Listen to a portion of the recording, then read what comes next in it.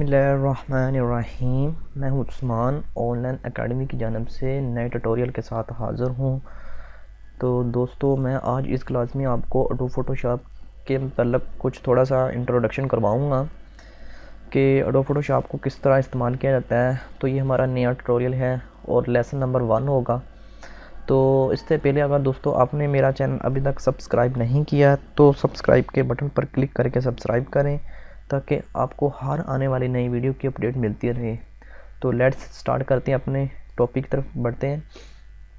तो आप जैसे ही एडोब फोटोशॉप को इंस्टॉल करोगे तो इस तरह का आइकन आपके सामने बना होगा। तो जैसे ही आप इंस्टॉल करोगे तो ये आप के यहाँ पर ऑल प्रोग्राम में आ जाएगा।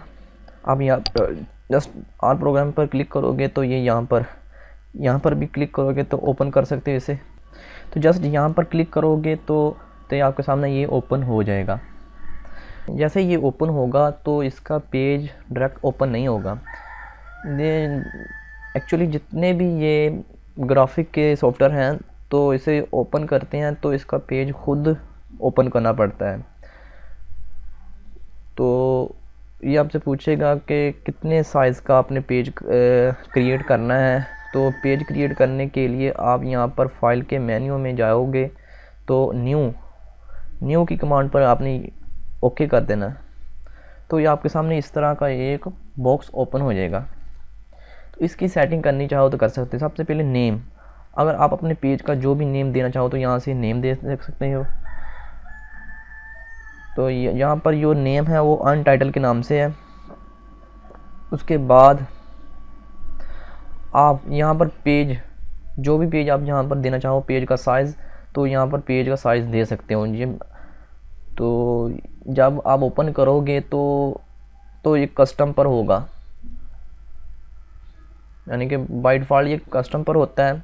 उसके बाद एडोब फोटोशॉप का साइज़ देना चाहो, फोटोशॉप का साइज़ दे सकते हैं। फोटोशॉप का साइज़ कितना है?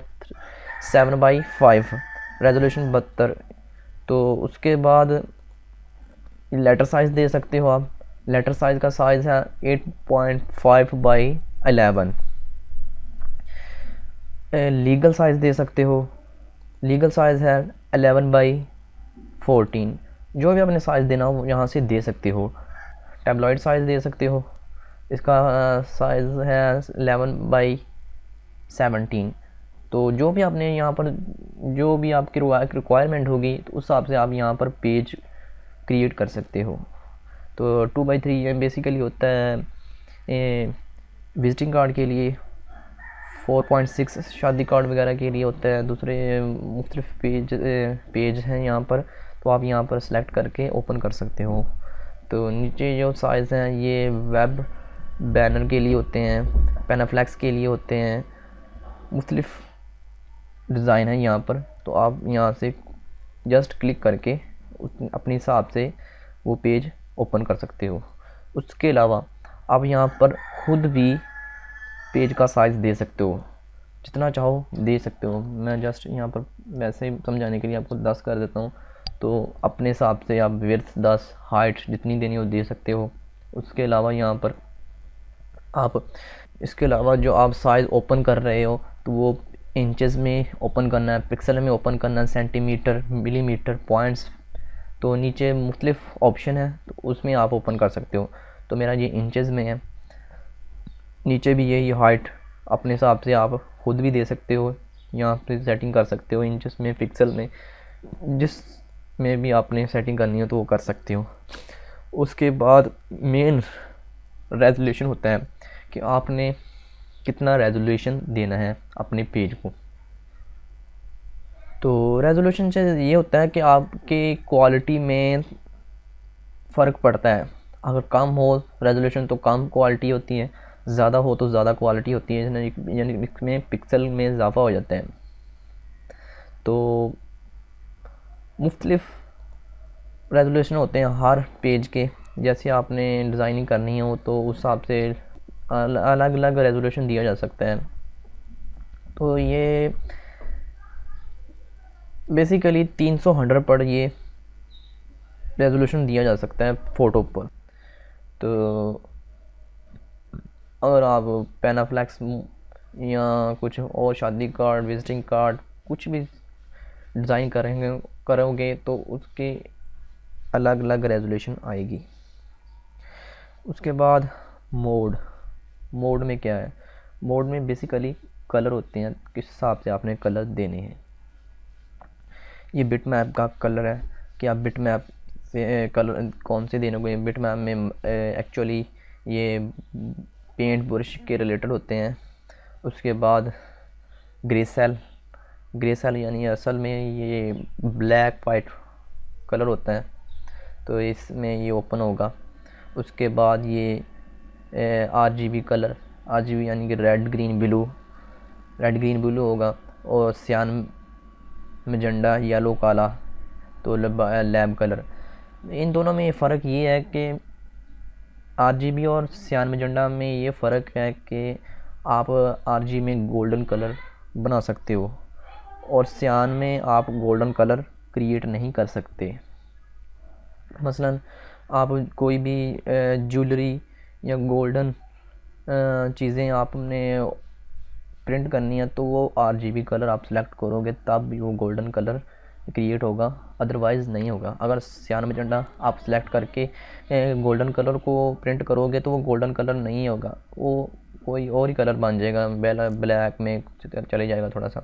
तो ये उसके लिए बेहतर है कि आप RGB कलर सेलेक्ट करो। उसके बाद लैब कलर और लेबॉर्ट्री के कलरों के लिए होते हैं, तो ये मोड में कलर आप सेलेक्ट कर सकते हैं। उसके बाद आप पेज जो ओपन करना चाहते हो तो इसमें कौन सा पेज कैसा आप ओपन करोगे, वाइट या बैकग्राउंड कलर या ट्रांसपेरेंट।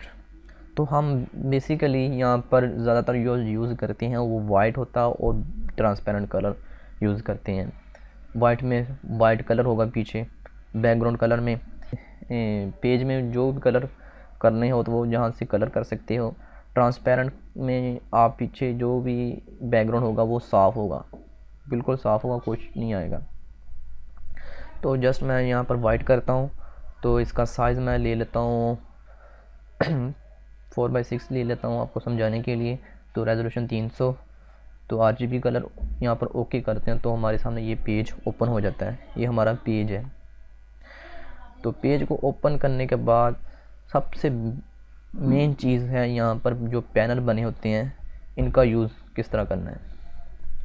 तो इसमें मेन चीज़ लेयर है, लेयर का पैनल है।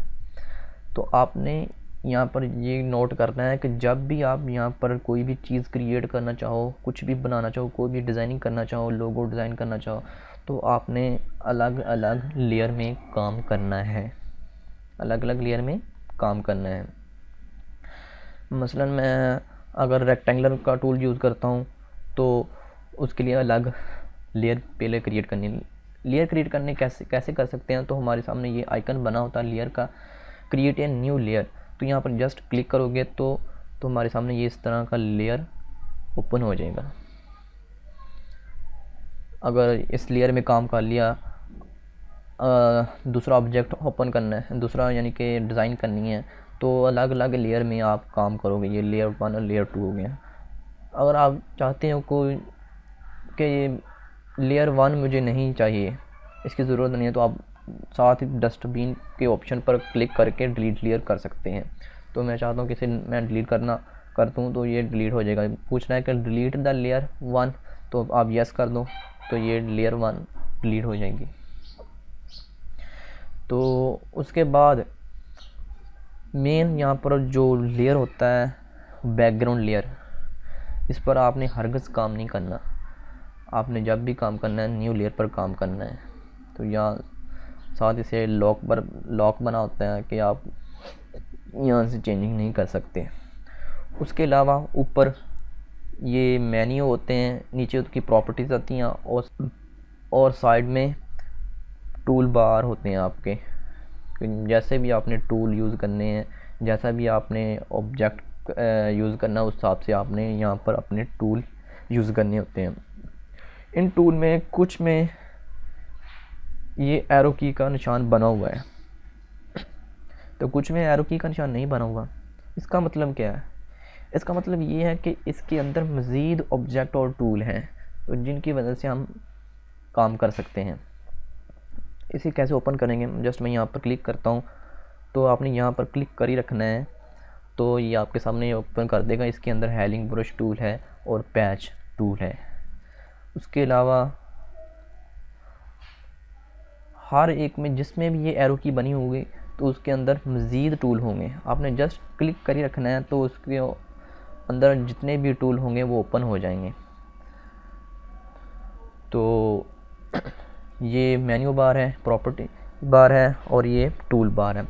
तो उसके बाद जैसे ही आप यहाँ पर टूल यूज़ करेंगे तो ऊपर की प्रॉपर्टीज़ भी साथ साथ चेंज होती जाएगी।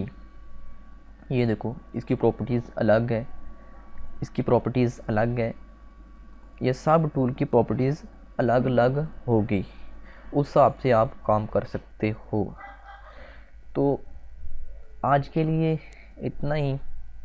तो नए ट्यूटोरियल के साथ फिर हाज़िर होंगे। तो तब तक के लिए इजाज़त। Thanks for watching.